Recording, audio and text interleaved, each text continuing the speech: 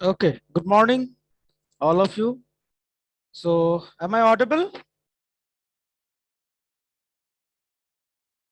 Yes, sir. Okay, so put your roll number and name in the attendance box. And I am sharing my screen.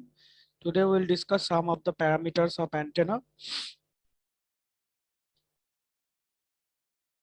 Okay, so is my screen visible properly?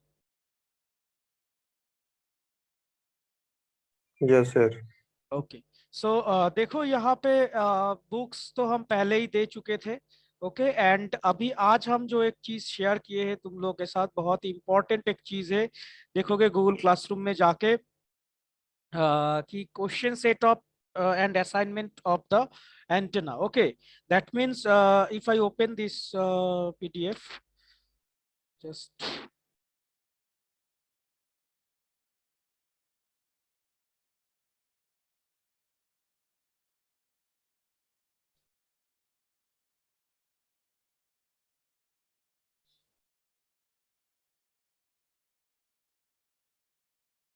internet connection is little bit slow. It is taking some time.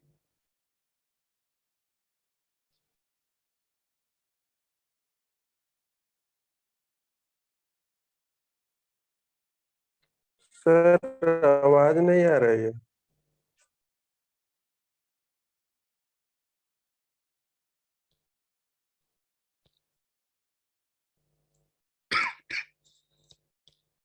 आवाज आ रहा है? Hello hello. Yes sir, अभी आ रहा है। Okay fine. बीच बीच में थोड़ा सा yes network sir. Issues है। देखो अभी जो मेन है तुम लोग का ये एंटेना का कुछ question set, keeping the view of university exam. ठीक है, जो लोग क्लास में नहीं है वो लोग मिस कर रहा है। सो तुम लोग का ये जो है ये बहुत ही इंपॉर्टेंट एक चीज है जो कि यूनिवर्सिटी पॉइंट ऑफ व्यू से तुम लोग के लिए डिजाइन किया गया है, और ये मतलब प्रीवियस ईयर्स का कुछ इंपॉर्टेंट क्वेश्चन भी है।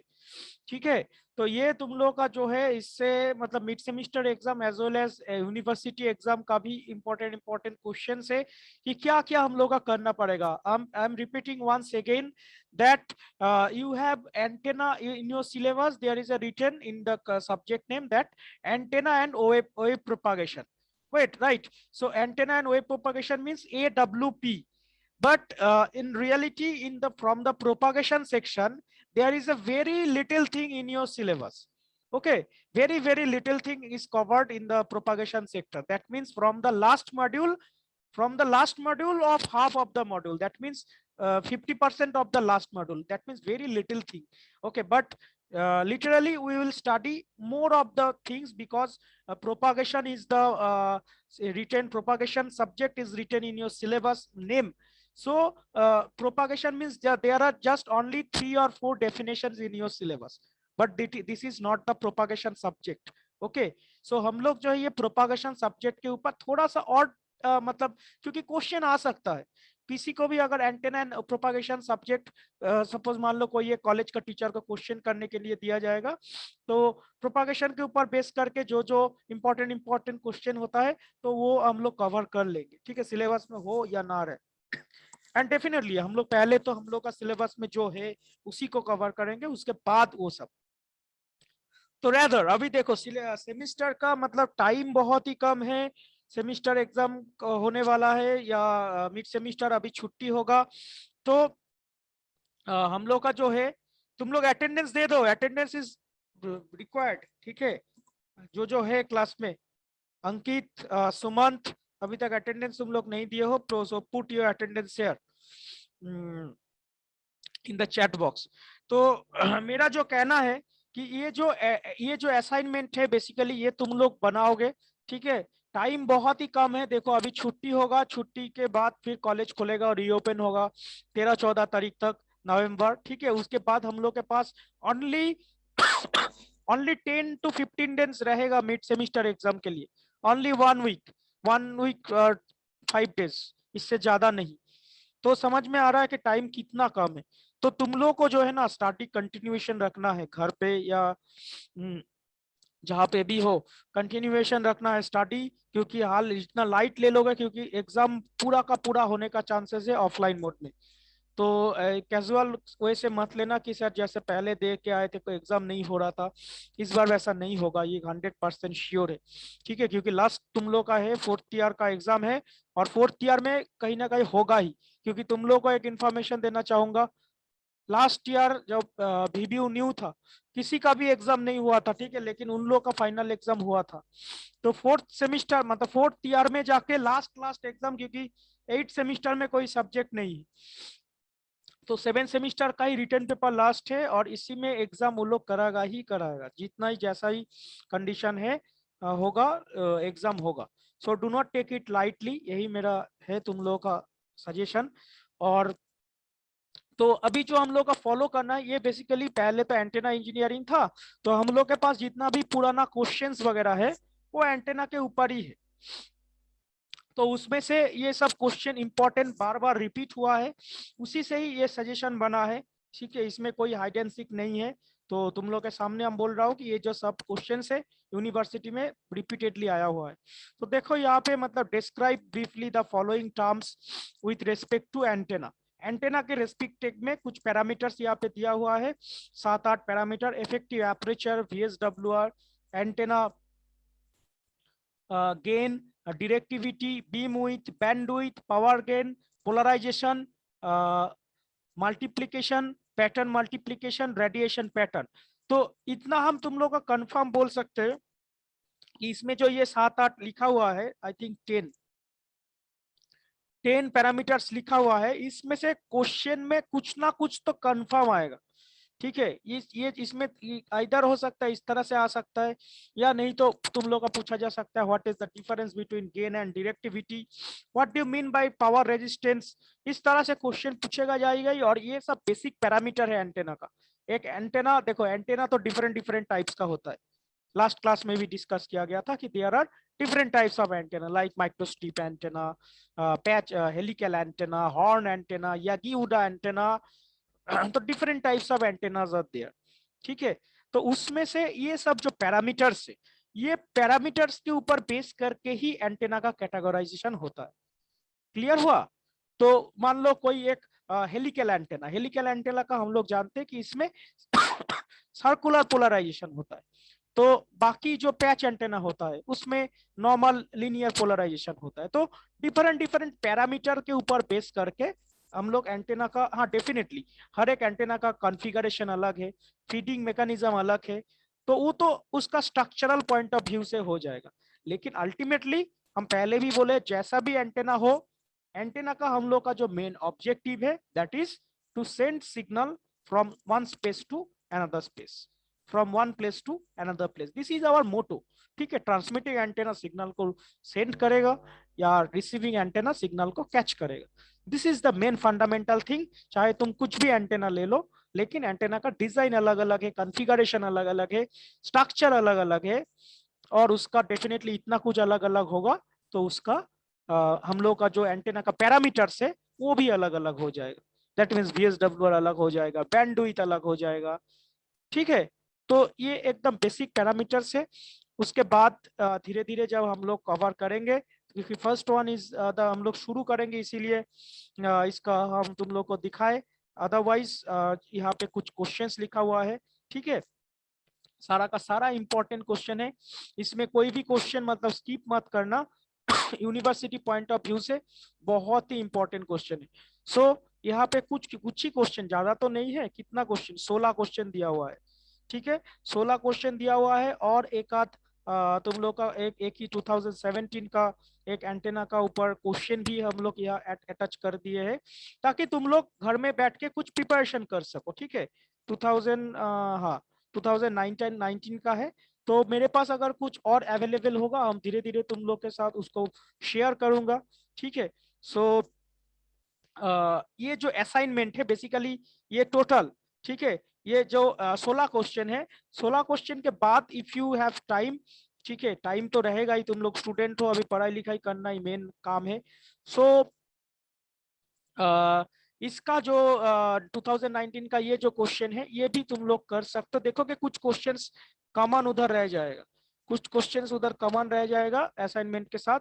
तो इसका डेफिनेटली ये जो पेन से 16 क्वेश्चन लिखा हुआ है, इसका असाइनमेंट तुम लोग इस छुट्टी में बना के रखो, ठीक है। आई नो कि कुछ टॉपिक्स अभी तक पढ़ा नहीं हुआ होगा, मतलब पढ़ाई, देखो पढ़ाई तो ठीक से मतलब स्टार्ट हो रहा है अभी, लेकिन एक फाइनल ईयर स्टूडेंट से मतलब ये उम्मीद किया जा सकता है कि तुम लोग थोड़ा सा तो आइडिया लगा सकते हो, और जब एक बुक से कुछ पढ़ोगे तो थोड़ा सा समझ में आएगा। ऐसा नहीं कि कुछ भी नहीं समझ में आ रहा है, ऐसा नहीं होगा, क्योंकि यू नो मेनी थिंग्स, ठीक है। तुम लोग ये में पढ़ के आए हो, माइक्रोवेव पढ़ के आए हो, देन ऐसा ब्लैंक तो नहीं जाओगे, ठीक है। देन किसी क्वेश्चन में दिक्कत होगा तो डेफिनेटली हम लोग उसको उसमें चर्चा करेंगे आगे जाके, ठीक है। क्योंकि देखो अभी मेन फैक्ट है कि टाइम बहुत शॉर्ट है, सारा सब्जेक्ट के लिए मतलब टाइम बहुत ही शॉर्ट है, एंड तुम लोग का जो है कम से कम टाइम में इसको प्रिपेयर करना है।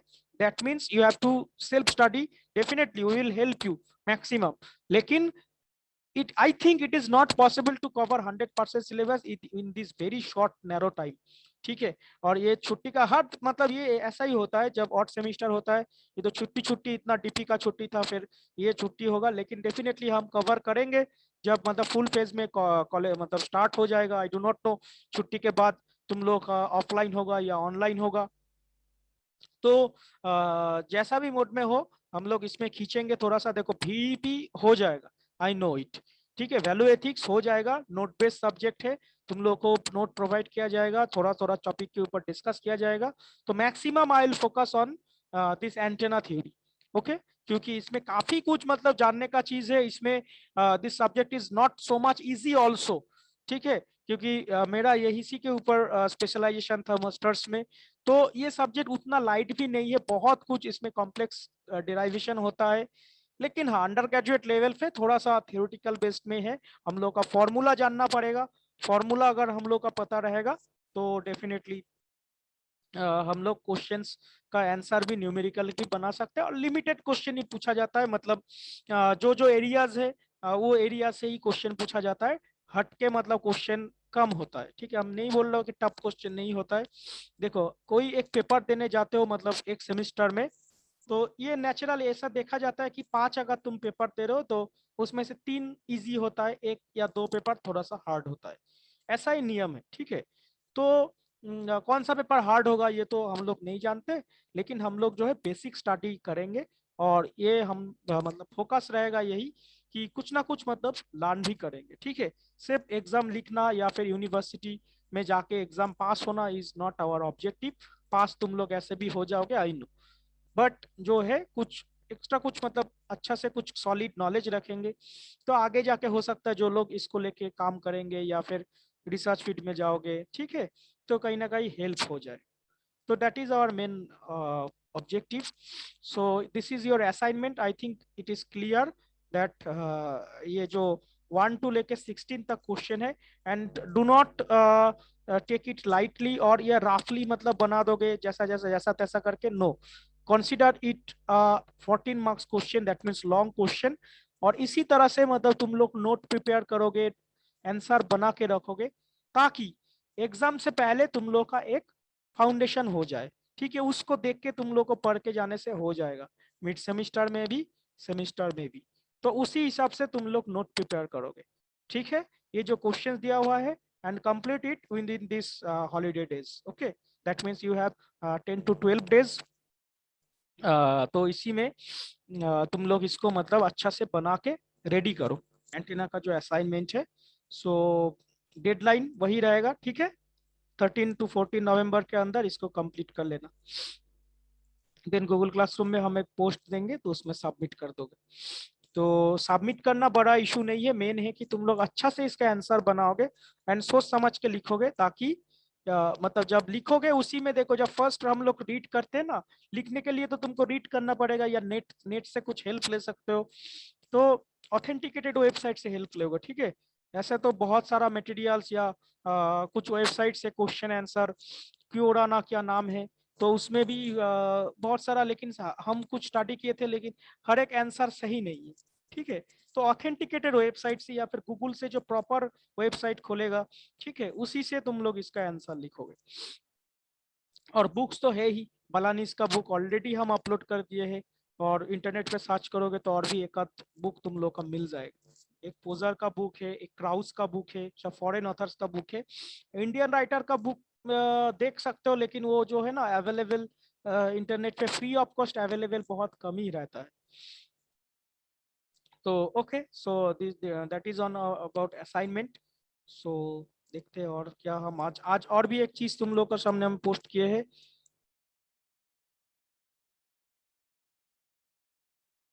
That is uh, material basics of antenna and radio waves. Okay, so I'm opening it.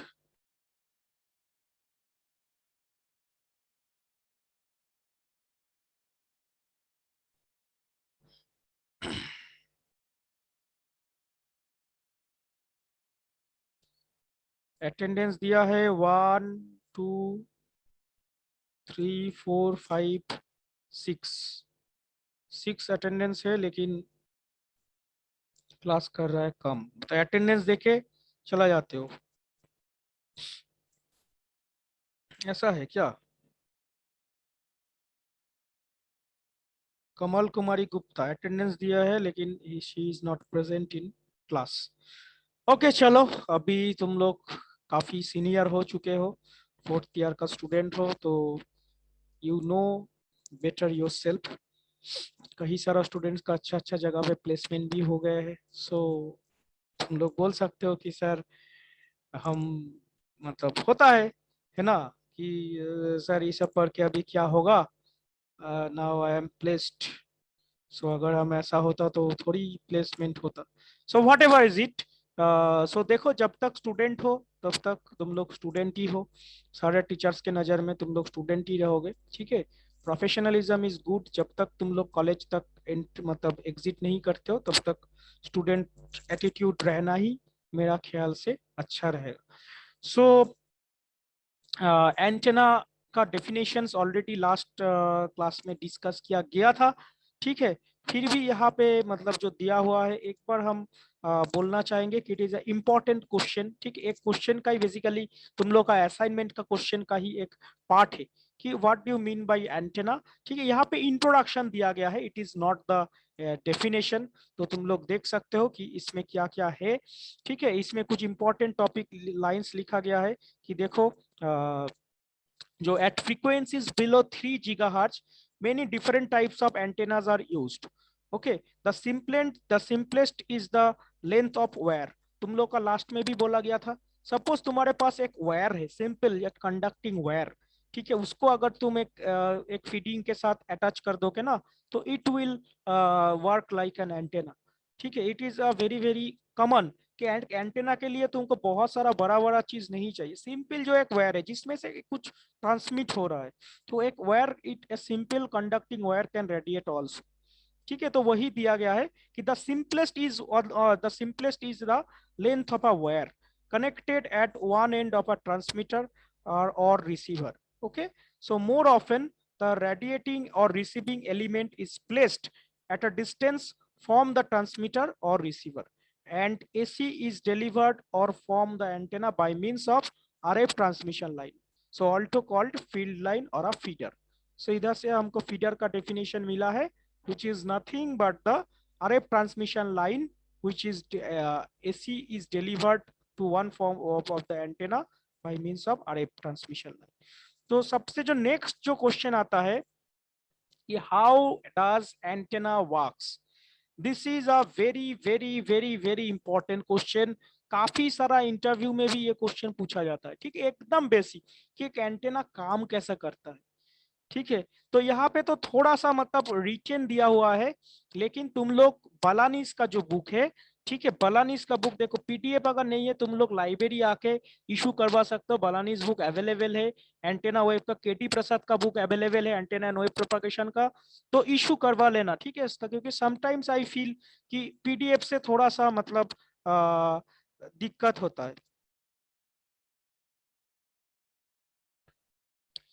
तो how does N antenna work, तो इसमें देखो, the antenna at the transmitter generates the radio wave, voltage at the desired frequency is applied to the antenna.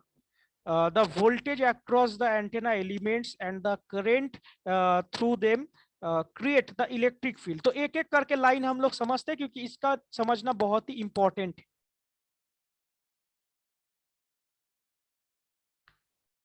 देखो, the antenna at the transmitter generates the radio waves. Clear हो गया? That means एक antenna है जो कि एक transmitter section से एक एंटेना है।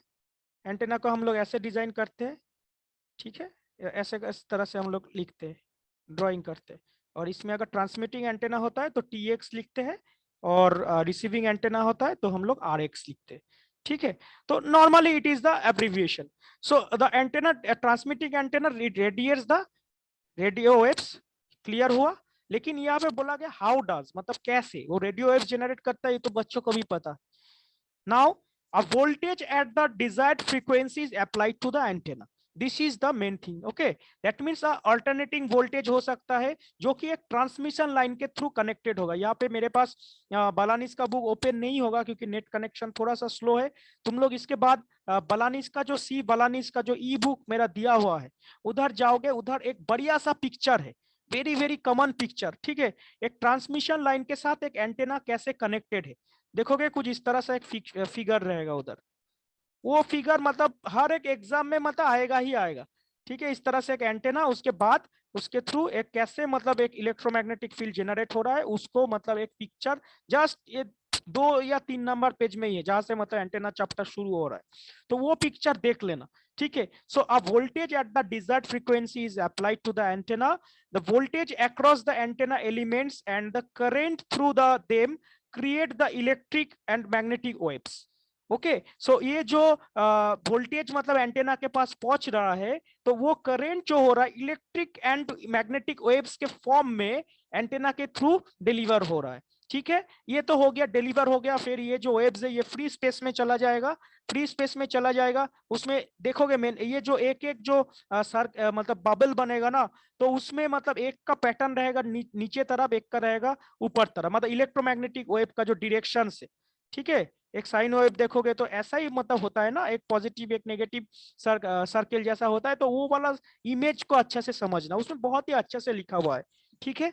तो अ, तो ये जो मतलब ये जो अल्टरनेटिंग वेव्स है, ठीक है, एक जो electric and magnetic waves, electromagnetic waves definitely इसमें इलेक्ट्रिक पार्ट भी है, मैग्नेटिक पार्ट भी है। सो ये तो फ्री स्पेस में चला गया। अभी क्या होगा कि at the receiver and the electromagnetic wave passing over the antenna includes, sorry, passing over the antenna induces a small voltage. Okay, so ये फिर से अभी वोल्टेज में कन्वर्ट होगा जो थ्रू योर मतलब जो रिसीविंग एंटेना, देन फिर से वो ट्रांसमिटिंग लाइन से वो signal as a voltage form में तुम्हारा, मान लो तुम टीवी देख रहे हो, तो तुम्हारा जो हम पहले दिन भी बोले जो तुम्हारे ऊपर में घर के ऊपर जो डिश एंटेना लगा हुआ होता है, this is the antenna, this is dish antenna. Okay, parabolic dish antenna हो सकता है या डिश एंटेना हो सकता है। तो डिश एंटेना से जो जो तुम्हारा ऑप्टिकल फाइबर कनेक्टेड है antenna to your set top box, okay, या फिर तुम्हारा टीवी, तो वो जो है वो एक मतलब ट्रांसमिशन लाइन का काम कर रहा है। तो वो तुम्हारा वोल्टेज फॉर्म को लेके आके तुम्हारा टीवी में दे रहा है। तो जो एंटेना है, तो एंटेना का तो फिर हम लोग क्या मतलब समझ रहा है कि the antenna becomes the signal source of the receiver input. Clear हुआ? It is a source. Clear? तुम्हारा रिसीवर साइड में अगर तुम हो तो antenna is a source, whereas if you are in a transmitter side then this antenna is a, क्या होगा, source का ऑपोजिट, जनरेटर। क्लियर? जहां से सिग्नल जनरेट होगा। लेकिन ये बात तुम लोग मान लो, antenna is a passive device, मतलब एंटेना कोई चीज को जनरेट नहीं कर सकता है, कोई सिग्नल को, ठीक है। तुमको सिग्नल पहले से बनाना पड़ेगा, ठीक है। सपोज एक क्रिकेट मैच चल रहा है, तो वो जो सिग्नल, वो जो वीडियो कैमरा से जो वो रिकॉर्डेड हो रहा है, it is capturing the image and producing the signal in form of alternating current और एसी सिग्नल। ओके, सो ये जो सिग्नल है ये प्रोड्यूस हो रहा है, ये प्रोड्यूस मतलब होके एंटेना के थ्रू ट्रांसमिट करेगा। मतलब एंटेना तुम्हारा मतलब कोई सिग्नल हम लोग जनरेटर जो बोल रहे हैं, definitely it is a generator, but ये एंटेना खुद मतलब खुद को मतलब क्या बोलेंगे। सपोज मान लो एक प्रैक्टिकल अगर एक एग्जांपल देना चाह रहे, सपोज मान लो तुम लोग का उधर ऑनलाइन फूड डिलीवरी होता है,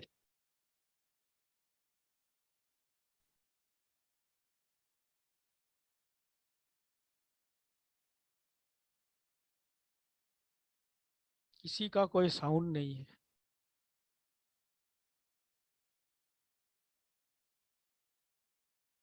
are you there? Yes yes sir. Sir. Okay, so तुम लोग का उधर घर के सामने ऑनलाइन फूड डिलीवरी होता है? Zomato, Swiggy? Yes sir. Okay, so Ramgarh ये में नहीं होता है सर। अच्छा, हाँ, हर एक जगह पे अभी तक नहीं है फैसिलिटीज, धीरे धीरे आएगा। जो थोड़ा सा टाउनशिप में रहता है उन लोग के उधर है। तो ये जो तुम लोग जानते हो ना, मतलब मैटर क्या है, जोमेटो का कोई अपना मतलब फूड रेस्टोरेंट नहीं है अभी तक। तो वो क्या कर रहा है, वो एक कंपनी है जो मतलब कोई एक मान लो XYZ चिकन शॉप, तो वो XYZ या फिर KFC मान लो, KFC से वो खाना लेके तुम्हारा घर तक वो पहुंचा रहा है। ठीक है, तो it is a kind of, मतलब क्या, वो तो डिलीवर तो कर रहा है, लेकिन तुम्हारा घर पे आके जो खाना प्रोवाइड कर रहा है, क्या he is easy making food? No. Clear हुआ? तो that means he is just a medium section, जो कि वो अगर नहीं रहते, वो डिलीवरी बॉय या वो जोमेटो कंपनी अगर नहीं रहते, तो वो KFC से तुम्हारा घर तक खाना नहीं आता। क्लियर हुआ? जस्ट ऐसा सोचो। तो ये जोमेटो बॉय क्या कर रहा है, मतलब वो खाना को लेके तुम्हारा घर तक डिलीवरी कर रहा है, ठीक इसी तरह से, लेकिन वो खाना नहीं बना रहा है। My point is here this, वो खाना कुक नहीं कर रहा है। कुक कौन कर रहा है? KFC company. So it is like that कि जो एंटेना है वो सिग्नल्स को प्रोड्यूस नहीं करता है, सिग्नल को हम लोग का सिर्फ हेल्प करता है one place to another place में ट्रांसमिट करने के लिए। क्लियर हुआ?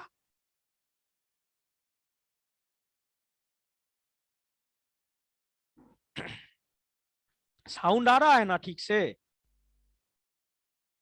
Yes sir. ओके, सो यही मेरा कहना था कि हाउ एंटेना, मतलब एंटेना का रोल क्या है, ठीक है। लेकिन हाउ डज एंटेना वर्क, इसमें तुम लोग का वो वाला पिक्चर डेफिनेटली देना पड़ेगा। Without picture the answer is incomplete. जो हम तुम लोग को बोले ट्रांसमिशन लाइन के थ्रू हम तुम लोग को दिखाएंगे डेफिनेटली नेक्स्ट क्लास में। तो अभी जो है PDF मतलब ओपन, मतलब बुक है ना, 30 MB का बुक है, तो ओपन नहीं होगा। तो और भी मतलब ये जो नोट्स है ना, ये बेसिकली एंटेना के ऊपर बहुत ही फ्रीक्वेंटली आस्क्ड क्वेश्चन है, जो कि इंटरव्यू में भी पूछा जाता है। I have taken it from the internet. Okay, एक वेबसाइट से हम इंटरव्यू का क्वेश्चन हम लिए हैं एंटेना के ऊपर से। तो उसमें से कुछ क्वेश्चंस तुम लोग के सामने विथ आंसर देने का कोशिश किए हो, ठीक है, ताकि तुम लोग का मतलब आंसर्स भी मिल जाए, थोड़ा थोड़ा आइडिया। फिर डिटेल्स में इन डेप्थ स्टडी तो डेफिनेटली तुम लोग करोगे ही। तो देखो नेक्स्ट क्वेश्चन है कि will the same antenna work for the both transmit and receive? ठीक है, तो मतलब एक ही एंटेना क्या ट्रांसमिटिंग सेक्शन में एंड रिसीविंग सेक्शन में दोनों जगह पे काम कर सकता है? Yes, we call the antenna reciprocity. Okay, any antenna will work for either transmit or receive. In many wireless applications, the antenna is switched between the transmitter and receiver. तो ये जो एंटेना का जो प्रॉपर्टी है, इसको बोला जाता है reciprocity. Okay, last first class में भी डिस्कस हुआ था। सो नेक्स्ट देखो, will a vertical antenna receive a horizontally polarized signal और vice versa? तो अभी तक पोलराइजेशन के बारे में हम लोग का उतना पता नहीं है, so we are keeping it. What is radio wave anyway? ठीक है, radio wave, this is a very common question. और रेडियो वेव क्या होता है, ये मतलब एंटेना शुरू करने से पहले पता होना चाहिए, so we can study it here. कि a radio wave is a combination of a magnetic field at a right angle to an electric field। तो ये सब जो है ना, ये तुम लोग को पता होना चाहिए एंड याद भी होना चाहिए। Okay, so a radio wave is a combination of magnetic field and at a right angle to an electric field। मतलब जो मैग्नेटिक फील्ड है वो एक किसी ना किसी एंगल पे तुम्हारा इलेक्ट्रिक फील्ड के ऊपर इंसिडेंट होगा। So both oscillate at the specific frequency, हर एक वेव का अलग अलग फ्रीक्वेंसी रहेगा, and they travel together in a direction of perpendicular to the both fields. Okay, so this electromagnetic fields move at the speed of light. So you know the velocity of light through free space. According to Maxwell's known equations, they support and regenerate one another along the way, but weaken over distance. So एक जो ये जो figure है, this is the figure, मतलब ये कैसे, मतलब एक इलेक्ट्रोमैग्नेटिक वेव बनता है जिसमें magnetic flux and electric lines, कैसे कैसे, मतलब magnetic flux lines and electric lines of force, तो वो कैसे मतलब परपेंडिकुलरी एक दूसरे को मतलब क्रॉस करता है, इंटरसेक्ट करता है, तो वो यहाँ पे मतलब एक ड्राइंग से शो किया गया है। ठीक है, वहां पे जहां पे मतलब यहाँ पे जो सॉलिड लाइन है, solid line indicating the maximum sorry magnetic flux जो कि तुम्हारा वर्टिकल डायरेक्शन में है, एंड जो इलेक्ट्रिक फ्लक्स है, इलेक्ट्रिक लाइंस, तो इलेक्ट्रिक लाइंस जो है हॉराइजेंटली डॉटेड लाइन से शो किया गया है। तो ये पिक्चर तुम लोग का याद रखना पड़ेगा। एंड ये मतलब line, first line is a very very important, क्या radio wave is a combination of magnetic field at the right angle to the electric field, मतलब ये जो है ना हमेशा मतलब एक 90 डिग्री एंगल एक दूसरे से फॉर्म करेगा, चाहे तुम जैसा भी उसको घुमाओ, वो electric field and magnetic field हमेशा एक दूसरे के 90 डिग्री फेज डिफरेंस में होगा। दैट मीन्स एक अगर एक्स एक्सिस पे है तो एक है वाई एक्सिस, ये दोनों के बीच में ये मेंटेन हमेशा रहेगा। ठीक है, तो बाद में हम लोग देखेंगे जब पोलराइजेशन स्टडी करेंगे तो जेड एक्सिस लेके इसका कंपैरिजन करेंगे, तो एक वेव कैसे मतलब ट्रांसमिट करता है, तो वो हम लोग का पोलराइजेशन से समझ में आ जाएगा। ठीक है, देन इसी तरह से मतलब कुछ कुछ क्वेश्चन है जो तुम लोग आराम से इसमें से समझ में आ जाएगा। And this section is the preliminary, मतलब एंटेना शुरू होने से पहले ही सब नॉलेज होना चाहिए, इसीलिए आज हम इसको शेयर किए हैं कि what are the some characteristics of radio wave. So one of the key features is the orientation of the fields. Okay, so with the earth, मतलब कैसे एक ओरिएंटेशन हो रहा है, ये भी little bit connected with your polarisation concept. So this is called the polarisation. देखो polarisation लिखा हुआ है कि वेव का नेचर क्या है, कैरेक्टरिस्टिक्स ऑफ रेडियो वेव क्या है।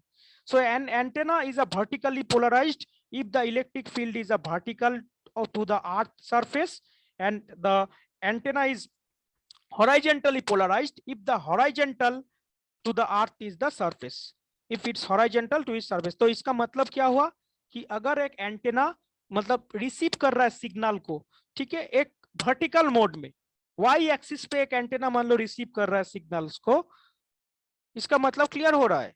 सपोज एक इधर अगर हम ड्राइंग करेंगे तो अर्थ सरफेस, सरफेस के वाइज हॉराइजेंटली,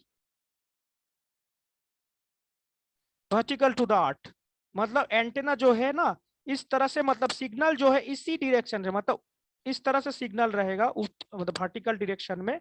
तो अगर एक एंटेना उस वो सब सिग्नल को रिसीव कर रहा है तो उसी को हम लोग बोलेंगे वर्टिकली पोलराइज्ड एंटेना। और एक एंटेना मान लो ऐसा है जो एक वेव ऐसा आ रहा है, मतलब horizontal to the earth, horizontal to the earth, इस तरह से मान लो आ रहा है, और this is the your earth section. ठीक है, तो एक एंटेना ऐसा तुम्हारे पास है, एक एंटेना ऐसा तुम्हारे पास है जो कि सिग्नल्स को रिसीव कर रहा है। तो देखो ये जो वेव्स है ये horizontal to the earth surface है, तो ये जो एंटेना रहेगा इसको हम लोग बोलेंगे हॉराइजेंटली पोलराइज्ड। ठीक है, और वाई एक्सिस पे मतलब अर्थ सरफेस के वाई एक्सिस पे जो सिग्नल ट्रांसमिट हो रहा है, जो सब एंटेना वो सब सिग्नल्स को कैच कर रहा है या ट्रांसमिट कर रहा है, वो सब एंटेना को हम लोग बोलेंगे वर्टिकल पोलराइज। तो पोलराइजेशन का जब इमेज हम लोग देखेंगे तो और थोड़ा सा क्लियर होगा। ठीक है, तो are they any other are there any other critical features of the radio wave? So generally radio waves have near field and the far field. The near field is close to the antenna. ये हम लोग next मतलब जब near field far field के बारे में काफी details में हम लोग को स्टडी करना पड़ेगा। सो नियर फील्ड मतलब ये समझ लो कि एंटेना का आसपास का एरिया एक बाउंड्री होता है, उसका एक रेंज भी है, तो उस रेंज वेवलेंथ के रेस्पेक्ट में, तो उस रेंज से अगर बाहर चला जाएगा तो हम लोग उसमें फार फील्ड का भी दो कैटेगोराइज होता है, तो वो लोग वो हम डिटेल्स में पढ़ेंगे, ऐसा नहीं है। तो ये जो तुम लोग का ये जो नोट है basically it is a very very basic definition, nothing else. ठीक है, रेडियो वेव क्या होता है, रेडियो वेव का फीचर क्या है, तो एंटेना कैसे वर्क करता है, एंटेना है क्या, तो इसको लेके मतलब हम लोग सिलेबस के अंदर घुसेंगे। ठीक है, क्लियर हुआ? सो दिस इज द बेसिक्स है, तो तुम लोग इसको मतलब एक बार रीड कर लेना, जस्ट एक ही बार पढ़ने से आई थिंक इसको हो जाएगा। एंड आज आई थिंक तुम लोग का और एक क्लास भी है नेक्स्ट, तो यहाँ पे हम एंड कर रहे हैं, और कल फिर क्लास है, कल फिर मिलते हैं कोई नया टॉपिक के साथ।